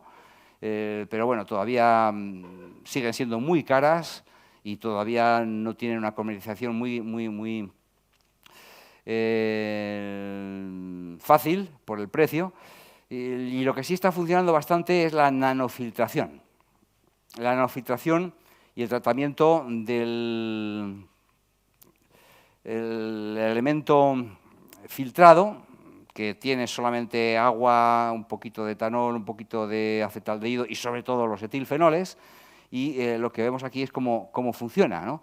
Aquí estamos comparando el permeato, que es el etanol, el agua, los etilfenoles, hay un poquito más de cosas, pero el color ni pasa por la membrana de nanofiltración. Entonces vemos cómo una vez el permeato pasa por el carbón, se queda a 0 de etilfenoles. Pero bueno, eso, claro, supone 1/3 aproximadamente del vino, porque eso vuelve al vino y en el vino sigue quedando 2/3 de etilfenoles. Pero bueno, este sería el vino, ¿no? La acidez volátil no la quita, por si alguno tenía dudas, porque hay gente que vende el tratamiento y dice, te quito hasta la volátil. Digo, ya. Los etilfenoles sí, pero la volátil no, ¿vale? Sin embargo, vemos el vino como los etilfenoles representados en esta barra quedan aproximadamente en 2/3. Yo he visto cómo funciona esta tecnología en bodega y el enólogo decir, ósperas, he vivido en la niebla. De repente es como si el día después de 4 meses se despeja y ves el sol. ¿Ves tu vino? Dices, ósperas, es que este era mi vino. Efectivamente, ¿cómo he estado yo conviviendo con esto? Eso porque me llamó mucho la atención, ¿no? Es el comentario de un enólogo que me llamó muchísimo la atención precisamente por eso. Y bueno, pues como conclusiones, antes de pasar a la última cata y discutir un poquito, deciros que lo que os decía Pepe respecto al nitrógeno fácilmente asimilable, medirlo, objetivizar la corrección si es que fuese necesaria, puesto que la levadura lo necesita para asegurar una cinética de fermentación, pero también para no producir los mercaptanos, el sulfídrico, los mercaptanos, los sulfuros y los disulfuros, pues es bastante importante y sobre todo esta técnica preventiva a nivel de la reducción es muy importante porque es que los tratamientos curativos no existen. Solamente en la primera fase, sulfídrico, aireación, trasiego, pero como queda escondida por la formación de mercaptanos, pues eso impide una visibilidad clara del tratamiento y ya solo cuando es muy evidente no hay nada que hacer.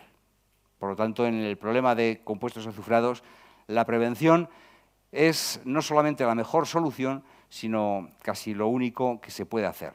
Hoy en día, de hecho esta mañana, antes de venir aquí, estuve hablando con un enólogo que utiliza un intercambiador gaseoso. Entonces, él, una vez que el vino ya está elaborado y antes del embotellado, lo que hace es quitar el oxígeno para embotellarlo sin oxígeno para que los posibles pocos mercaptanos que le queden no pasen a los sulfuros. Y entonces lo hace con un stripping, ¿no? Con una forma de sustituir nitrógeno por el oxígeno. Quita el oxígeno, pone el nitrógeno y evita una mala evolución del vino.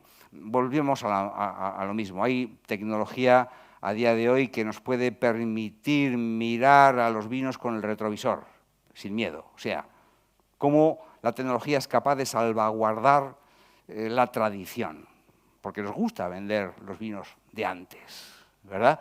Eso es algo que vende, es algo que...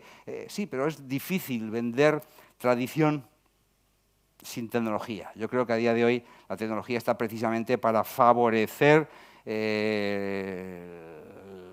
el poder vender los vinos como antes nos gustaba hacerlo, ¿no? Con el carácter del terruño, de la región, del territorio, del valor tradicional, de cómo lo hacía mi abuelo, ¿no? Que es algo que realmente nos emociona.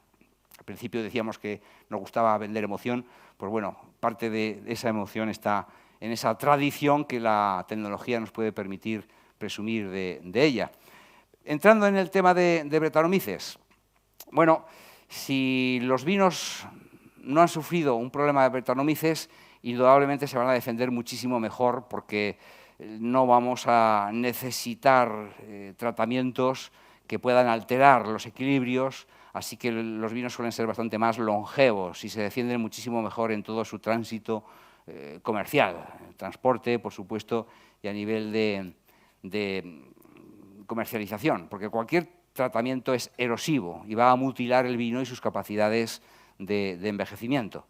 Y ahora, pues entrando en el detalle, vamos a catar el Testigo. El vino Testigo es un vino que tiene madera, muy tapadita, porque es bastante poco evidente, pero ha tenido un envejecimiento y vas a notar pues, quizás un carácter más oxidativo, más abierto, más goloso. No es muy expresivo, es bastante neutro. Esto va a favorecer, recordar los umbrales, recordar que cuanto más neutro es el vino, pues más fácil va a ser de detectar los problemas porque los umbrales son más bajos.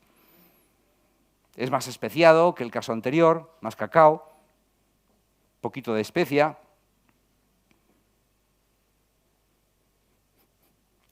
Tiene el aroma de cáscara de avellana, un poquito de nuez, un poquito de especia. Y lo vamos a probar también en boca, porque en boca vamos a hacer un pequeño ejercicio.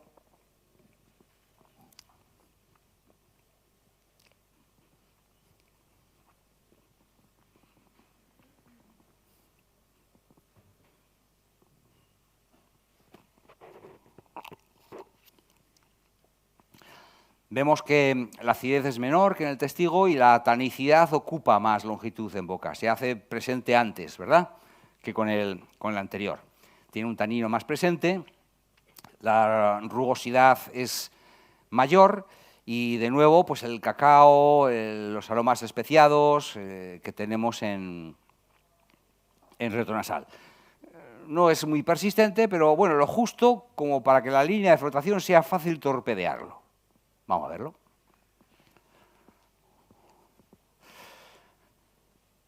Segundo vino, el mismo, pero hemos adicionado 750 microgramos litro de etilfenol más etilguayacol.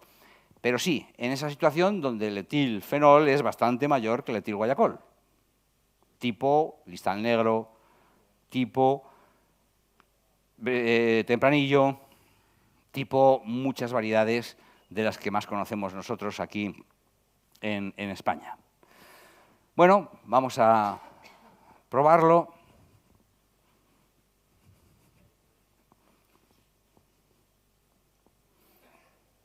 Cuero. Cuero, betún, acuarela, alquitrán, caja de zapatos. A mí me da mucho betún, ¿no? Como cuando limpiamos un zapato nuevo. Bueno, viejo también, pero menos. Pero sí, hay una dominancia clarísima. ¿Veis cómo el etilguayacol puede, ¿no? Tiene una potencia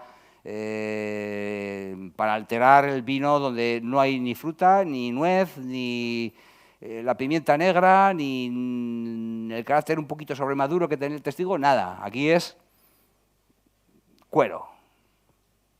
Bueno, vamos a por el siguiente. El siguiente vino es el mismo, es el vino Testigo, con la misma concentración de etilfenoles, pero hemos cambiado. Ahora hay más etilguayacol que etilfenol.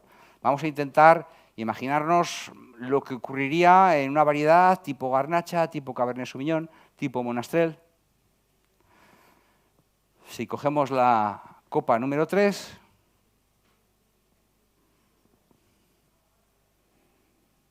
cambia, ¿verdad? Cuero no es tan evidente, tenemos un aroma un poquito más o mucho más especiado, más como de medicamento.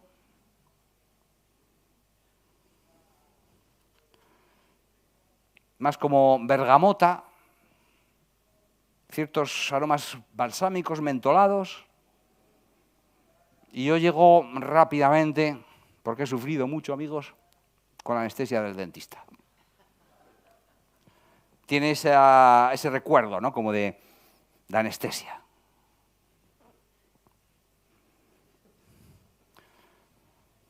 Un poquito también como de cáscara de naranja.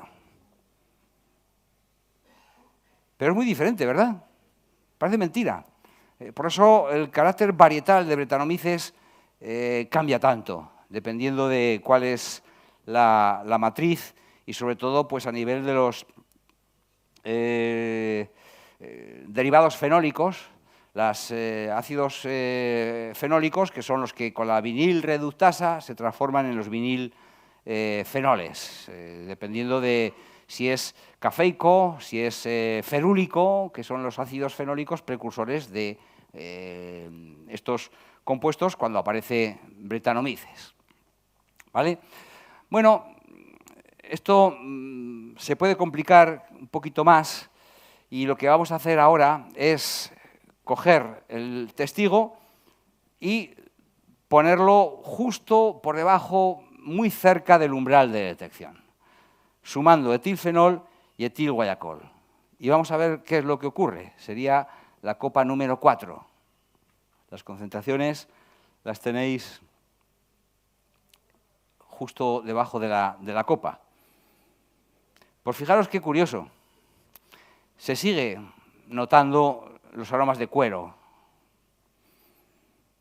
Bastante. 400 microgramos litro. La bibliografía dice que a esta concentración no deberíamos notarlo. Nos hemos cargado el concepto de umbral de un plumazo. ¿Qué es lo que está ocurriendo? Que es que el vino testigo es muy blandito.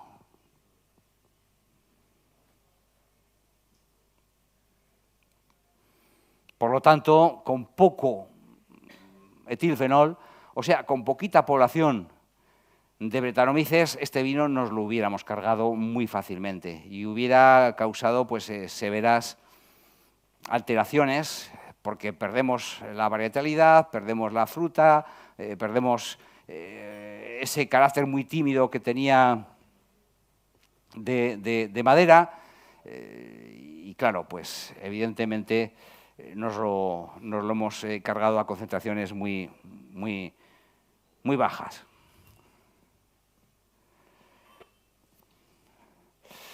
Pero queda una copa, y esta copa vamos a ver qué es lo que ocurre cuando a los etilfenoles, además, le ponemos el ácido isovalérico. Bueno, pues el ácido isovalérico, si cogemos la copa número 5, lo que hace es no solamente ensalzar los aromas de cuero y animales, sino que encima los empeora. Los lleva no a un cuero, no a un aroma animal, sino a un cuero sucio o un animal sudado. Ahora lo que tenemos es el establo, la cuadra. Tenemos la boñiga del caballo, donde duerme, donde...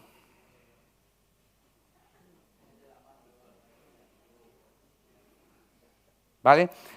Por eso cuando se habla de Brettanomyces, se habla de sudor de caballo, de silla de montar, de calcetín sudado, bueno, de todas esas alegorías desagradables y que realmente hacen que el vino sea casi repugnante, aromáticamente poco apetecible.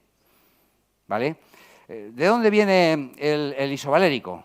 Bueno, hay muchísima bibliografía que cuando se habla de vinos marcados por catadores que tienen un carácter Brett y se analizan, dicen, ¿ves? Bueno, pues entonces estos vinos tienen etilfenoles y tienen isovalérico. Y esto pues hace que huela a sudor de caballo.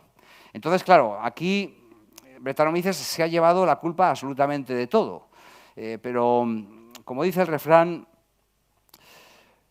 unos llevan la lana, perdón, cardan. Unos cardan la lana y otros se llevan la fama. Efectivamente. En este caso, Brettanomyces se lleva la fama y las bacterias lácticas cardan la lana. ¿Por qué? Porque, sí, inequívocamente Brettanomyces produce los etilfenoles. Eso está muy claro. Y sobre todo en concentraciones tan elevadas como a 750 miligramos litro. Pero resulta que las levaduras, entre ellas Brettanomyces, no son capaces de producir ácidos grasos de 5 átomos de carbono. Esto es un poco rollo, pero el ácido isovalérico tiene 5 átomos de carbono. Sin embargo, toda la bibliografía, si cogéis desde el Leninger hasta donde queráis, vais a leer que Brettanomyces, igual que Saccharomyces, es una levadura que solo produce ácidos grasos de un número par de átomos de carbono, o sea, desde octanoico, decanoico, 12, 16, 18, caproico, caprílico, todos son de 6, de 8, de 9, de 10, dodecanoico, todo lo que vosotros queráis, pero siempre un número par de átomos de carbono. Por lo tanto, el peor de los casos de etilfenol y isovalérico no es posible que lo produzca solo Brettanomyces. Necesita un cómplice, y este cómplice se llama bacteria láctica. Por lo tanto, de nuevo, la coinoculación, la fermentación maloláctica controlada, la tecnología, la vigilancia, el hacer una fermentación maloláctica en condiciones donde bacterias del tipo contaminante, sobre todo Pediococcus, que es la que más isovalérico produce, pues realmente no carden la lana, sino que realmente pues, incluso el etilfenol pueda llevarnos a una situación amigable. Por eso yo estoy convencido que hay gente que con etilfenol en concentraciones muy pequeñitas, el vino hasta lo prefieren, porque a lo mejor recuerda hasta los vinos de antes. Pero a nada que aparezca el isovalérico se produce la catástrofe, se produce los etilfenoles sucios, el calcetín soldado, la silla de montar, el caballo sudado y el establo, ¿vale? Entonces, ahora vamos a hacer un último ejercicio para probar el testigo. Perdón, el testigo que lo tengo aquí. Probamos la tanicidad. Vamos a fijarnos otra vez en cómo la textura del tanino puede cambiar.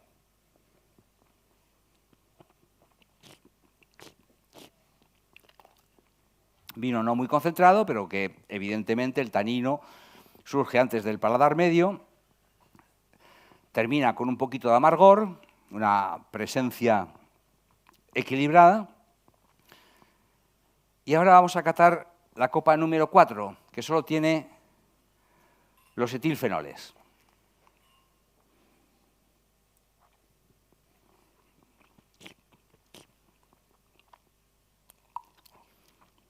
¿Veis cómo los etilfenoles hacen que el tanino sea completamente torpe, secante, astringente? El agua. De nuevo el vino que pide agua. Y el vino que pide agua fracasa en su intento, ¿no? en su cometido. Evidentemente el tanino está fuera de lugar. El vino parece mucho menos maduro, parece de prensa. Ha perdido su categoría de vino que no era gran cosa, pero que realmente pues, sirve para refrescar, sirve para acompañar una buena comida, una buena cena, pero este no. Este, solamente por los etilfenoles, realmente mortifica el vino. Pero si lo probamos ya en la copa número 5, que es el que tiene isovalérico, ahora no solamente vamos a pensar en el tanino, sino además en la retronasal, para ver cómo hemos torpedeado completamente el vino testigo.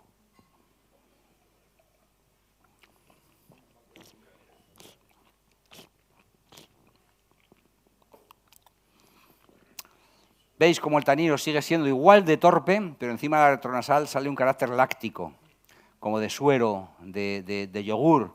Y aparte es como tener un poquito el establo en boca, ¿no? Recuerda a la boñiga, recuerda al establo. Es un vino que no invita a repetir la experiencia. Solamente si existen otros propósitos, a lo mejor repetimos el trago, pero no por sentir el placer, ¿no?, que debe procurar un vino en esta situación. Así que lo que realmente castiga el carácter Brettanomyces es sobre todo la presencia de bacterias lácticas del tipo Pediococcus, que es la que más isovalérico produce. Y de nuevo el isovalérico viene de la isoleucina, que es un aminoácido que en situaciones de crianza sobre elías, hablamos entonces de vinos siempre cuidados, donde exigimos un poquito más de calidad y sobre todo de esfuerzo, pues la autólisis libera más aminoácidos, por lo tanto más precursores del posible isovalérico, y nos podremos encontrar en un carácter Brettanomyces más marcado. ¿Qué pensáis de este defecto? Mantenerlo lejos, ¿no? Lo más lejos posible. Bueno, en este caso, como podéis ver, quizás sí existen técnicas curativas. El quitosano es bastante efectivo, el flash detent o la flash pasteurización también lo es. Incluso maquillar el vino, una vez que el problema ha aparecido, también podemos conseguirlo. Eso sí, hacerlo siempre antes de hacer la mezcla. Un vino con Brest que queremos maquillarlo, mejor meterlo en el quirófano a él solito y una vez que lo hemos maquillado, utilizarlo para la mezcla. Pero nunca antes, ¿no? No mezclarlo y luego ya maquillarlo. Eso no funciona. No sé si tenéis alguna preguntita o alguna curiosidad. Sí, por favor.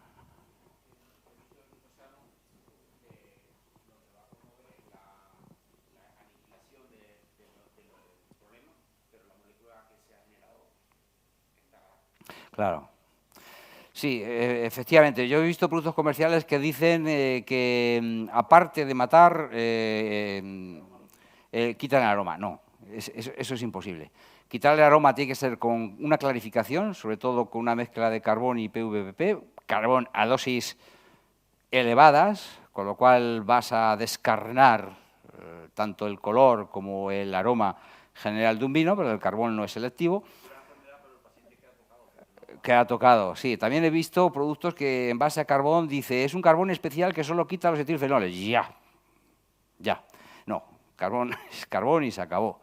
Pero sí, matas la levadura.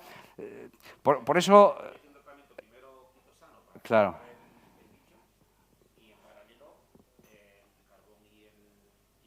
Claro. ¿Te refieres a nivel de clarificación? Bueno, sí, bueno, lo que es la ósmosis inversa, la filtración tangencial, más el carbón, eso es cirugía estética. Pero, claro, estamos hablando de un coste de 0,45, 0,85 euros el litro. Es cirugía estética, vamos, quedas nuevo. Y por eso... por lo que acabas de decir, a mí me gusta decir que a nivel preventivo los análisis microbiológicos son inmensamente superiores que los químicos. ¿Por qué? Porque los químicos ya tienes una cierta cantidad de etilfenoles. Pero es que microbiológicamente, si tú persigues la posible contaminación, lo vas a hacer y lo vas a conseguir cuando no tienes ningún etilfenol o concentraciones ínfimas que no van a alterar en absoluto el vino. Mientras que cuando ya analizas químicamente... pues, bueno, ya el problema empieza a existir. E incluso aquí, con 400 microgramos litro, hemos visto que nos hemos cargado el vino. Con un vino más gordo, más grande, no hubiera pasado nada, pero en este ya hemos visto como pequeñas concentraciones lo alteran. Sí. ¿Qué relación de pH y alcohol? ¿Podrías estar tranquilo trabajando pensando que hay menos probabilidad de tener Brettanomyces? Bueno, el pH por debajo de 3,6 te garantizan ya una cierta estabilidad, no por el pH, sino porque el sulfuroso molecular va a estar ya en niveles de 0,6, que es lo que tú necesitas para mantener un vino salvaguardado de la alteración microbiológica. Y alcohol, es que a Brettanomyces le da igual, no creas tú que 15 grados la asustan, al revés, pueden incluso estimularla. Entonces, lo más importante es el pH y el sulfuroso, principalmente, que es la barrera que más te pueda defender. Y por debajo de 3,6, y cuanto más bajo, pues muchísimo mejor. Una filtración también es curioso porque a 10 micras te podría valer en una situación normal, pero cuando normalmente se va a embotellar, se sulfita. Y es curioso porque un sulfitado no suficiente a la levadura, a Brettanomyces, lo que hace es que sea pequeñita, con lo cual se puede colar incluso en 4 micras. Entonces yo te diría 3. O filtrar y después sulfitar. O sulfitar 10 días antes de filtrar, pero nunca antes, en el momento. Es como si se asustase, se vuelve chiquitita, se cuela por el filtro y luego empieza otra vez a crecer.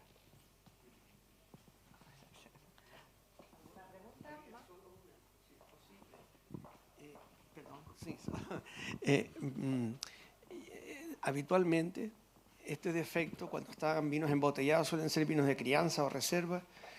¿El acetato de etilo cómo le afecta al defecto este de Brettanomyces? ¿O cómo le dicen? ¿Cómo es? Brettanomyces. No, pero el otro, etilo. ¿Cómo es? Acetato de etilo, te refieres al acetato de etilo, pero No, a ver, etilfenol. Etilfenol. Vale. ¿Cómo le afecta a la alteración del etilfenol el tener acetato de etilo?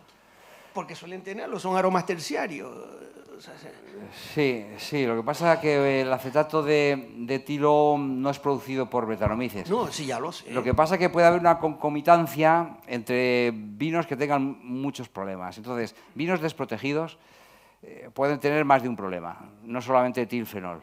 Y puede ser el Mira, caso... Perdón. Yo lo que me refería a que cómo camufla, si camufla el acetato de etilo, esos aromas de pegamento y medio, Sí. si camufla un poco al Brettanomyces, si no es mucho el Brettanomyces. Bueno, eso es quizás disimular un defecto con otro.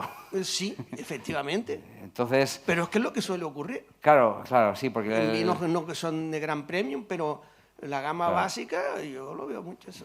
Te entiendo, pero el acetato de etilo yo lo enclavaría más en vinos con problemas que se suceden los unos con los otros, ¿no? El acetato de etilo roba todo, tiene un poder cáustico, tiene un poder punzante que golpea y entonces la pituitaria impide que se vean otras No, cosas. pero espérate, cuando no es tan exagerado el defecto, porque ya es un defecto, pienso que camufla un poco el Brettanomyces, cuando el Brettanomyces Bueno, tampoco es muy exagerado. O sea, creo que se suele ver eso mucho en los vinos de reserva.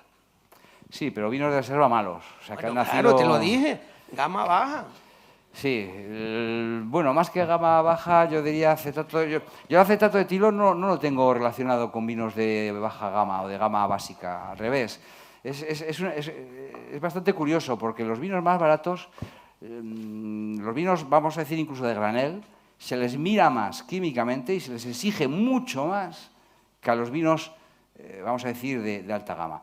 Yo, en mi experiencia, acetato de etilo lo veo más en vinos de un cierto precio, más que en vinos baratos.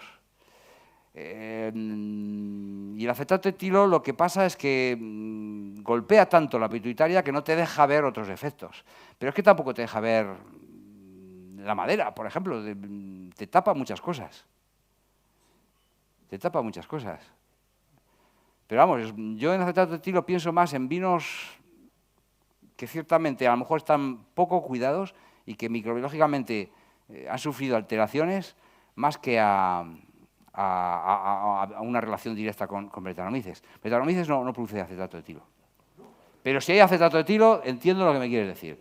que a lo mejor no notas tanto el etilfenol. ¿Por qué? Porque lo que más notas es el acetato de etilo. Eso sí. ¿Alguna pregunta más?